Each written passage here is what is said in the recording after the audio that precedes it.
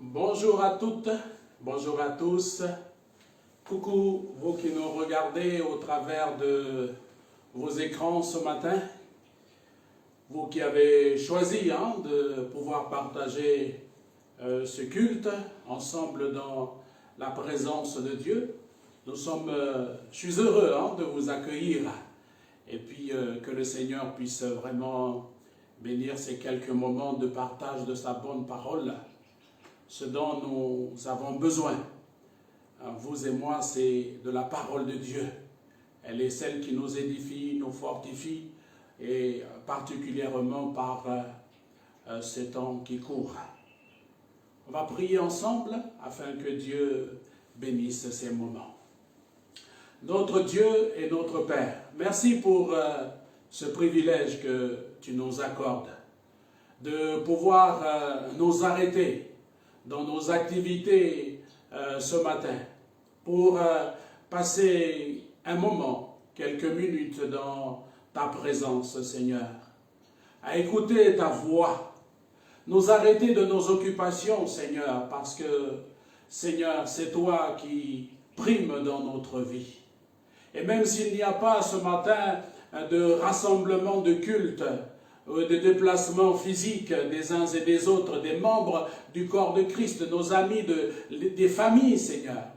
Tu nous permets, Seigneur, au travers de la diffusion de ce direct, Seigneur, d'être ensemble, oh Seigneur, autour de ta bonne parole. Et combien nous avons besoin de toi. Je prie particulièrement pour ceux qui sont alités ce matin, ceux qui sont courbés à cause de quelque fardeau que ce soit. Notre Dieu et notre Père, merci de poser ta main, Seigneur, au nom de Jésus. Et que, Seigneur, il y ait un toucher particulier ce matin. Il y ait le réveil de Dieu, il y ait le miracle de Dieu, au nom de Jésus, la guérison divine. Seigneur, je veux prier aussi pour tous les frères, Seigneur, qui ce matin diffusent ta parole au travers de Internet, afin que tu les assistes aussi, notre Dieu et notre Père. Bénis tous les moyens techniques, Seigneur, et que tout se passe bien pour la gloire et l'honneur de ton nom. Au nom de Jésus, accorde-nous la compréhension de ta parole, Seigneur. Ouvre nos cœurs, ouvre notre entendement pour saisir, Seigneur, ta voix ce matin, ce que tu as à nous dire. Au nom de Jésus. Amen. Alors, ce matin, je voudrais vous inviter à faire cette lecture dans le Nouveau Testament et nous prendrons particulièrement l'épître de Paul aux Romains, le chapitre 13, nous lisons à partir du verset 8. Je disais donc Romains, chapitre 13, le verset 8 jusqu'au verset 14. Prenons le temps ce matin de lire cette parole. Alléluia. Alors Paul écrit et dit, ne devez rien à personne, si ce n'est de vous aimer les uns les autres. Car celui qui aime les autres a accompli la loi. En effet, les commandements, tu ne commettras point d'adultère, tu ne tueras point, tu ne déroberas point, tu ne convoiteras point. Et ce qu'il peut encore y avoir se résume dans cette parole, tu aimeras ton prochain comme toi-même. L'amour ne fait point de mal au prochain. L'amour est donc l'accomplissement de la loi. Cela importe d'autant plus que vous savez en quel temps nous sommes. C'est l'heure de vous réveiller enfin du sommeil, car maintenant le salut est plus près de nous que lorsque nous avons cru. La nuit est avancée, le jour approche. Dépouillons-nous donc des œuvres des ténèbres et revêtons les armes de la lumière. Marchons honnêtement en plein jour, loin des excès et de l'ivrognerie, de la luxure et de l'impudicité, des querelles et des jalousies. mais revêtez-vous du Seigneur Jésus-Christ et n'ayez pas soin de la chair pour en satisfaire les convoitises. Amen.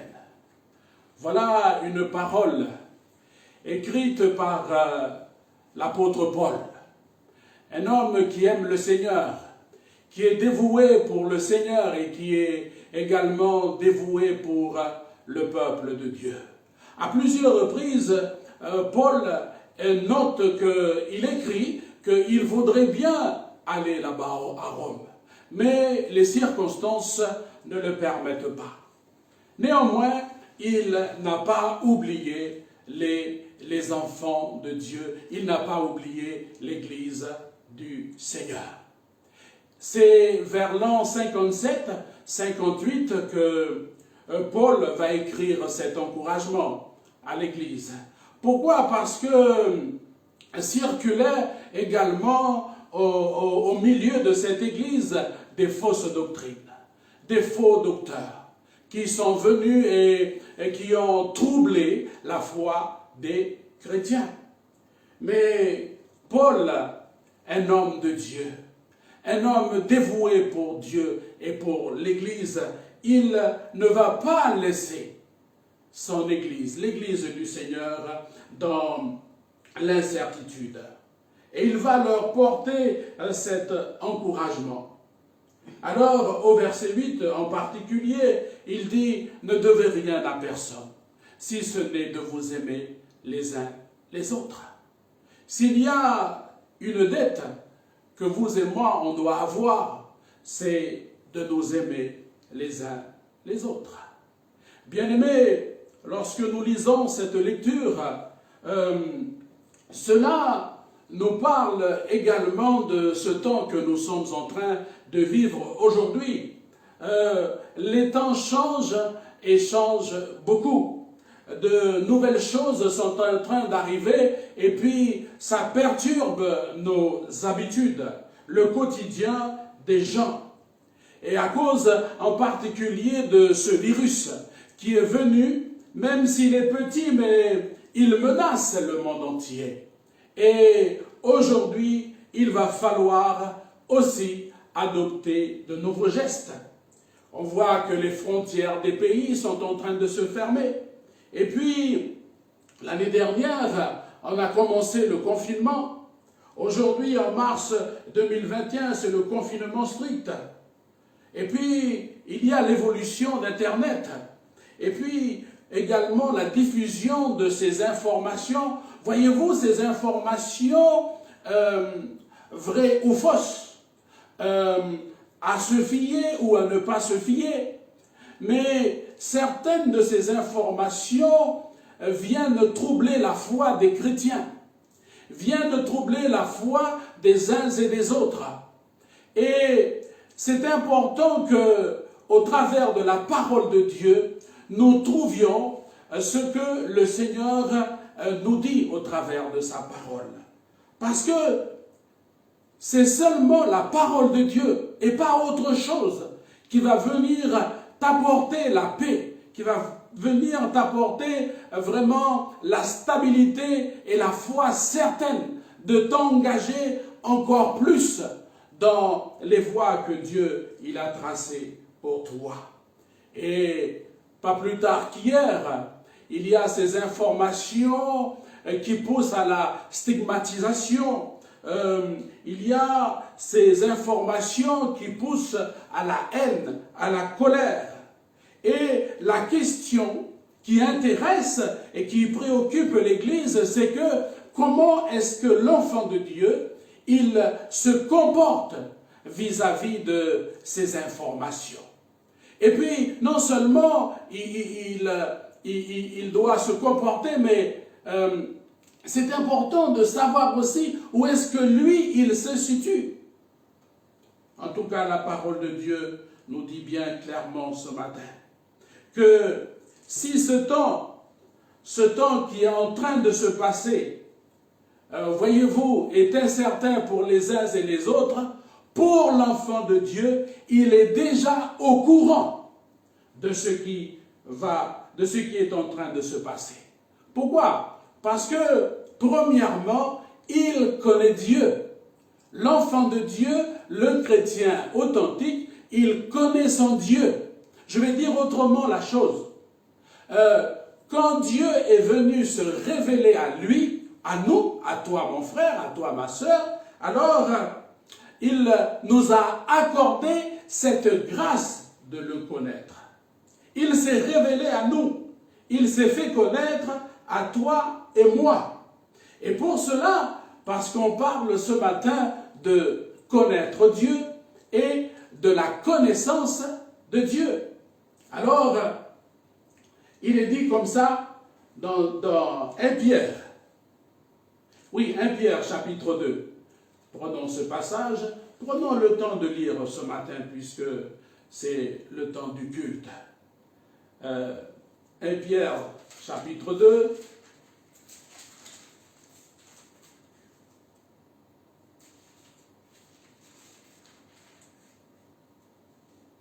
Excusez-moi, 2 Pierre chapitre 1er. 2 Pierre chapitre 1er. Je lis le verset 1er. Simon Pierre, serviteur et apôtre de Jésus-Christ, à ceux qui ont reçu en partage une foi du même prix que la nôtre, par la justice de notre Dieu et du Sauveur Jésus-Christ. Écoutez bien, il dit au verset 2, que la grâce et la paix vous soient multipliées par la connaissance de Dieu et de Jésus, notre Seigneur. Pour revenir au texte de Romains tout à l'heure que nous avons lu, il est bien mentionné, Paul il mentionne bien au verset 11, et j'ai pris cette portion d'écriture pour titre ce matin, « Vous savez en quel temps nous sommes ». C'est dire que le chrétien, il n'est pas ignorant, il n'est pas sans savoir ce qui est en train de se passer.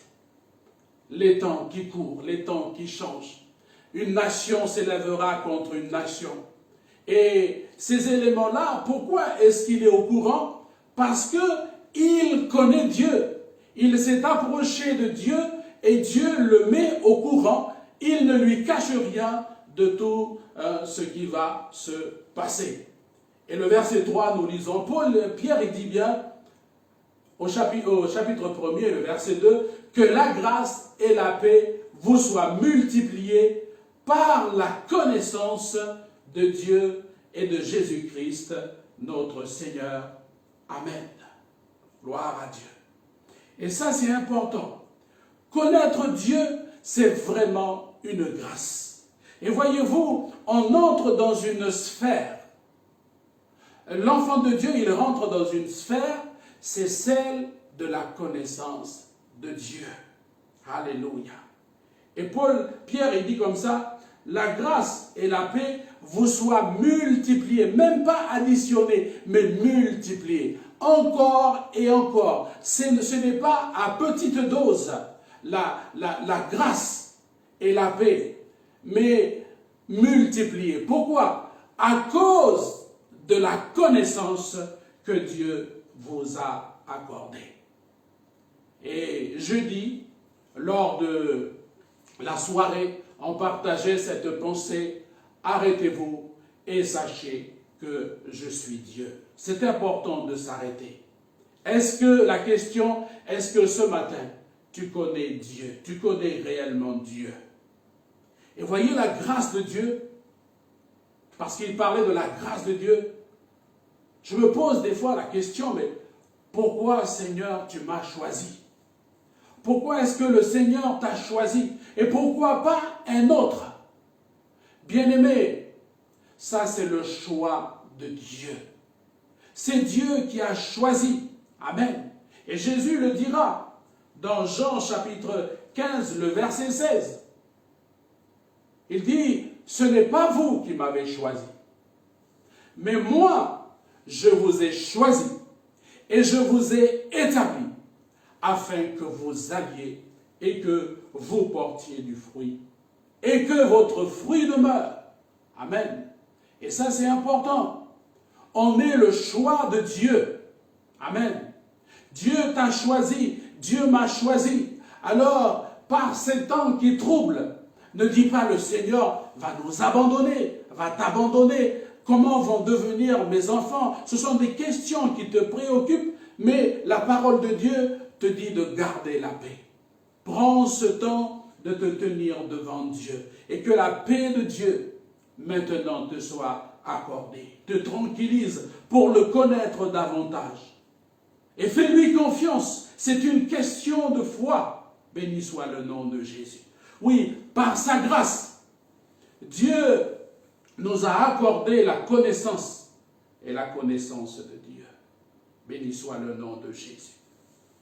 Vous savez le temps. Frères et sœurs, vous savez le temps. Vous connaissez le temps aujourd'hui dans lequel nous sommes. Et Jésus lui-même, il a déjà annoncé. Regardez avec moi Matthieu, chapitre 24. Matthieu, chapitre 24.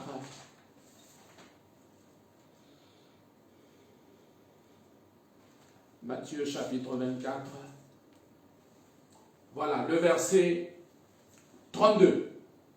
Jésus dit, « Instruisez-vous par une comparaison tirée du figuier.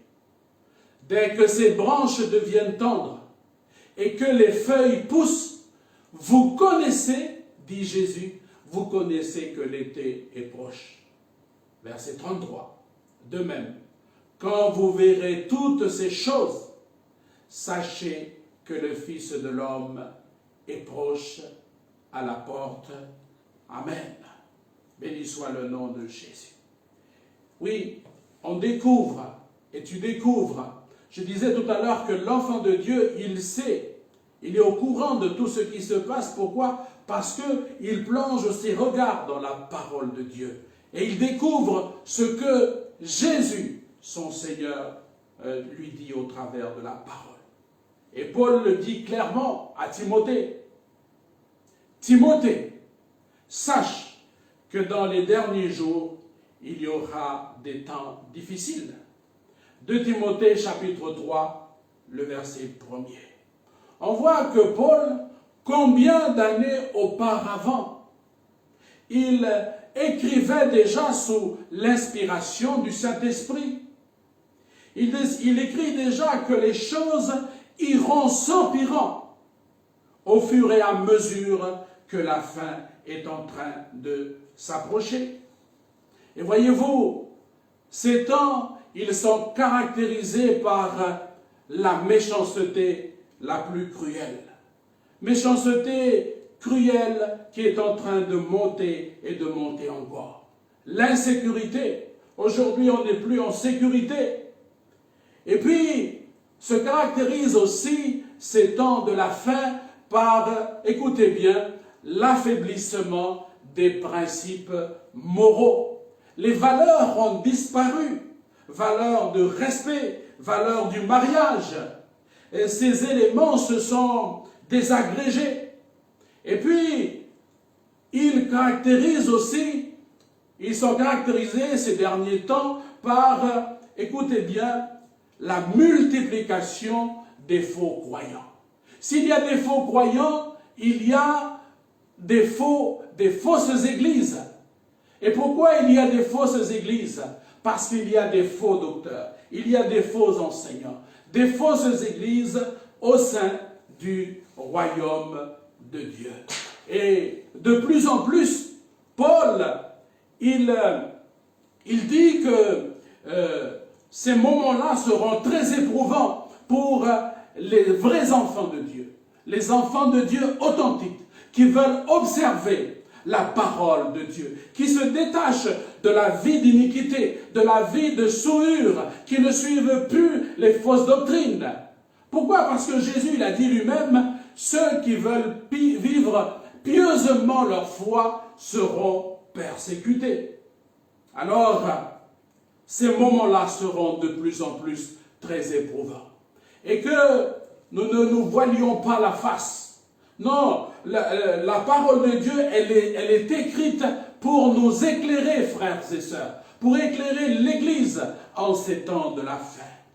Oui, Ces moments seront très éprouvants, où nous allons voir de plus en plus la cruauté de ce monde, mais vis-à-vis aussi des enfants de Dieu et des vrais serviteurs de Dieu. C'est pourquoi Paul, écrivant, il va encourager ces églises-là. Il va encourager les pasteurs à demeurer fidèles à Christ et à demeurer fidèles à sa révélation. Pourquoi? Parce que quand Dieu dit une chose, ça va se passer, ça va se passer. Mais dans tout cela, écoutez bien. Écoute bien mon frère, écoute bien ma sœur, écoute bien toi qui es Église du Seigneur. Dieu, il restera fidèle à ceux qui l'aiment vraiment. Et voyez-vous, l'effusion du Saint-Esprit sera toujours quelque chose d'actuel sur ceux qui resteront fidèles à la foi, fidèles à Dieu, fidèles à sa parole. Béni soit le nom de Jésus. Et le Seigneur veut t'encourager ce matin. Alors, reprenons ce texte de Romains, chapitre 13 et le verset 11. Il est dit clairement au verset 11, « Cela importe d'autant plus que vous savez en quel temps nous sommes. » Paul dit à l'Église, vous voyez tout ce qui se passe, ça vient confirmer quelque part ce que le Seigneur il a dit.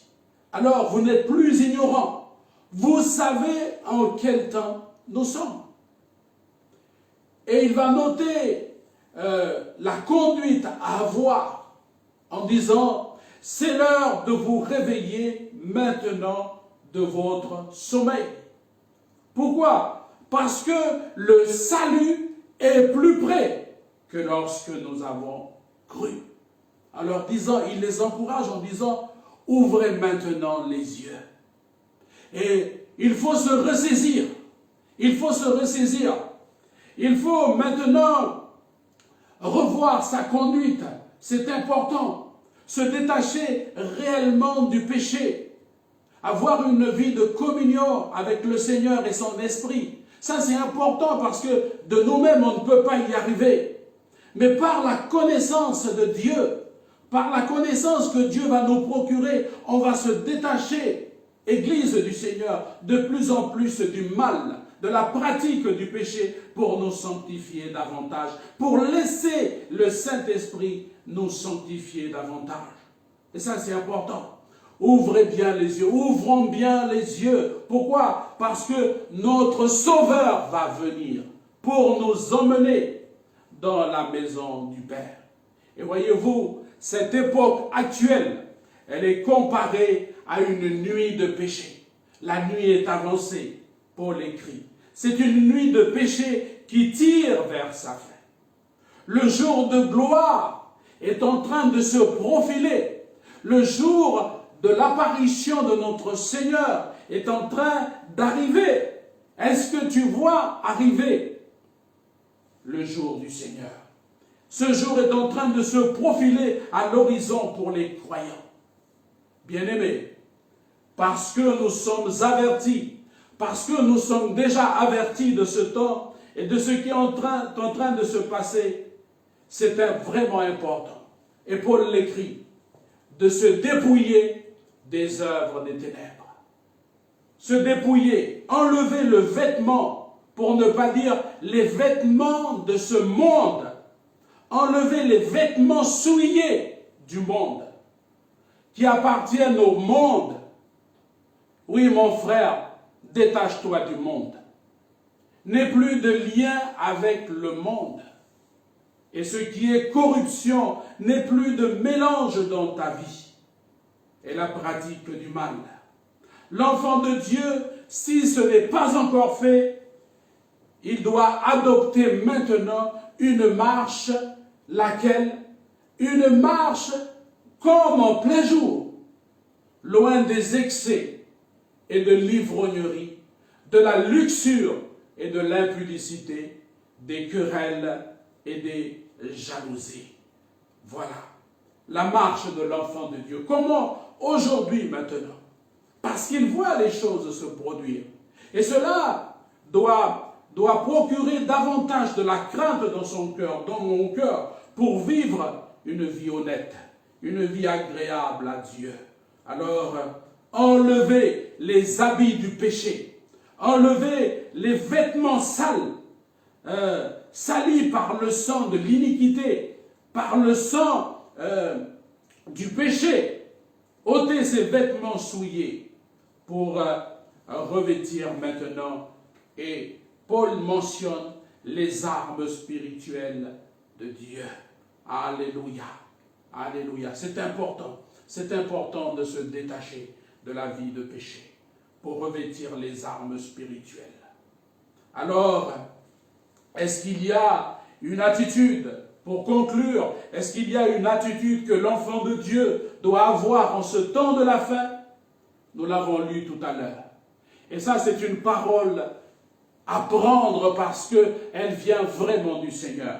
Matthieu chapitre 24, le verset 33. Jésus dit, de même, quand vous verrez toutes ces choses, sachez que le Fils de l'homme est proche à la porte. Alors aujourd'hui, on voit, il y a un climat d'incertitude. Le péché est en train de monter. L'insécurité. On vit dans un monde incertain. Et de plus en plus, le mal est en train d'abonder.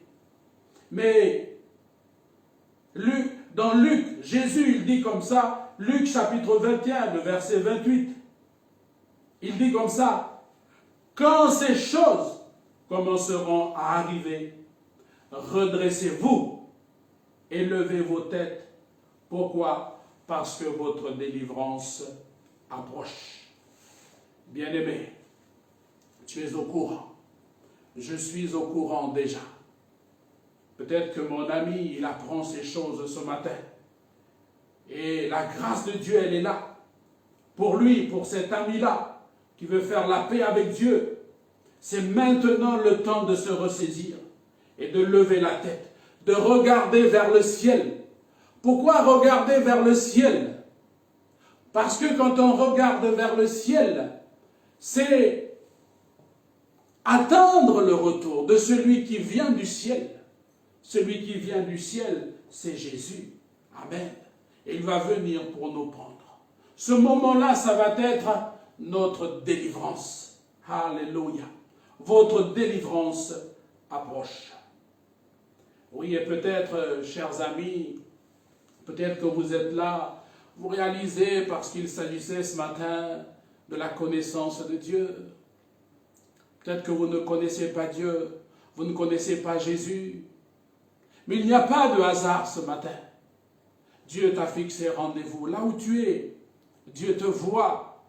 Dieu te voit et il désire se révéler à ton cœur. Parce qu'il ne veut pas que tu sois surpris lorsque lui il reviendra sur les nuées du ciel pour prendre son Église. Alors, mon invitation ce matin pour toi, c'est que si tu veux recevoir Jésus dans ton cœur, si tu ne veux plus être surpris parce que Dieu est en train également de t'avertir, et tu vois que toi-même tu as peur, que toi-même tu es dans l'incertitude, toi et ta famille. Comme le geôlier, il a interrogé Paul et Silas en leur demandant, maintenant, qu'est-ce que je vais faire pour être sauvé? Alors, Paul et Silas ont répondu, crois au Seigneur Jésus, et tu seras sauvé, toi et ta famille. Oui, mon ami, reçois Jésus ce matin dans ton cœur. Je voudrais prier avec toi et prier ensemble. Seigneur, merci pour ta parole, car elle est la vérité. Tu ne caches pas ta volonté, tu ne caches pas ton salut, Seigneur. Ta parole, elle est là. Elle vient encore consolider la foi de tes enfants ce matin. Que ce monde dans lequel nous vivons est en train d'aller vers son terme, Seigneur. Et pour nous, on ne s'étonne pas, parce que ce sont des choses que ta parole nous révèle déjà. Nous voulons, Seigneur, nous reposer sur ta parole, au nom de Jésus. Seigneur, que tu chasses toute inquiétude, que tu chasses toute doute, Seigneur, au nom de Jésus, toute peur, par la connaissance que tu nous accordes, oh Jésus, la connaissance qui vient de toi, te connaître davantage, apprécier ta parole, aimer ta parole et vivre dans l'attente, Seigneur, en ayant les regards fixés sur toi, car bientôt tu reviendras, ceux qui t'appartiennent, Seigneur, tu reviendras prendre et emmener dans ton royaume, Seigneur. C'est pourquoi je te loue. Je veux prier maintenant pour ces familles qui entendent ta parole ce matin et qui ont besoin de Dieu, qui ont besoin de Jésus. Seigneur, merci de les aider. Oui, à votre place, là où vous êtes, vous pouvez dire, Seigneur, j'ai besoin de toi. Je veux que tu pardonnes mes péchés. Oh Dieu, je reconnais que tu as envoyé Jésus-Christ mourir pour moi à la croix de Golgotha. Faites cette prière, là où vous êtes.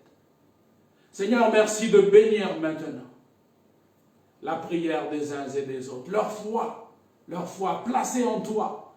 Oh Jésus, ils veulent partir avec toi quand tu reviendras, tout comme ton Église d'ailleurs. Bénis-les abondamment, visite-les par ton esprit en ce moment, Seigneur, au nom de Jésus. Merci. Seigneur, ma prière aussi, c'est pour le pays, Seigneur, que nous sommes en train, dans lequel nous vivons, Seigneur, avec les autorités, Seigneur, et ce temps de confinement strict. Quelle est la sortie, l'issue, nous ne savons pas, mais toi tu le sais, Seigneur. Oh Jésus, garde la population de cette maladie, au nom de Jésus.